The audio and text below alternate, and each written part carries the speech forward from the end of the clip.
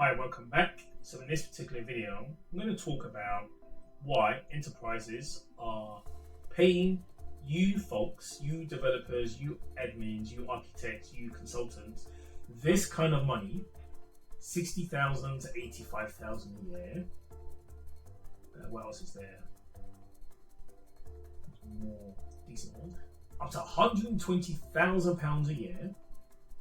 Okay, for big data roles. Why? So we need to go back a bit and look at the traditional databases. Yeah. So let's look at a website. So here I'm looking at eBay.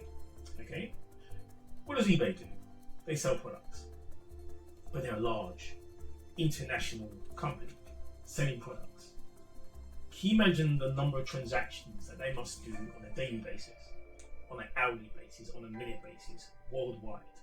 The amount of data that they must accumulate from selling goods like this. So here you go, I'm a bit of a nerd. So I've looked at this particular entry, HP C7000 enclosure with 16 servers sitting in it, and it's at this ridiculous price, okay? So I can go in, I can buy it now, okay? And that's just me here. And there's other millions and millions of people around the world doing transactions such as this.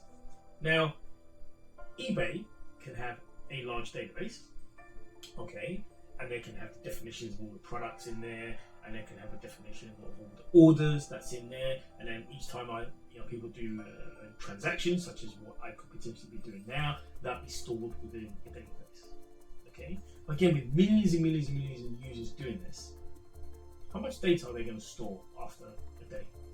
How much data can they potentially store after a year? How much data can they potentially store after 2 years, after 3 years,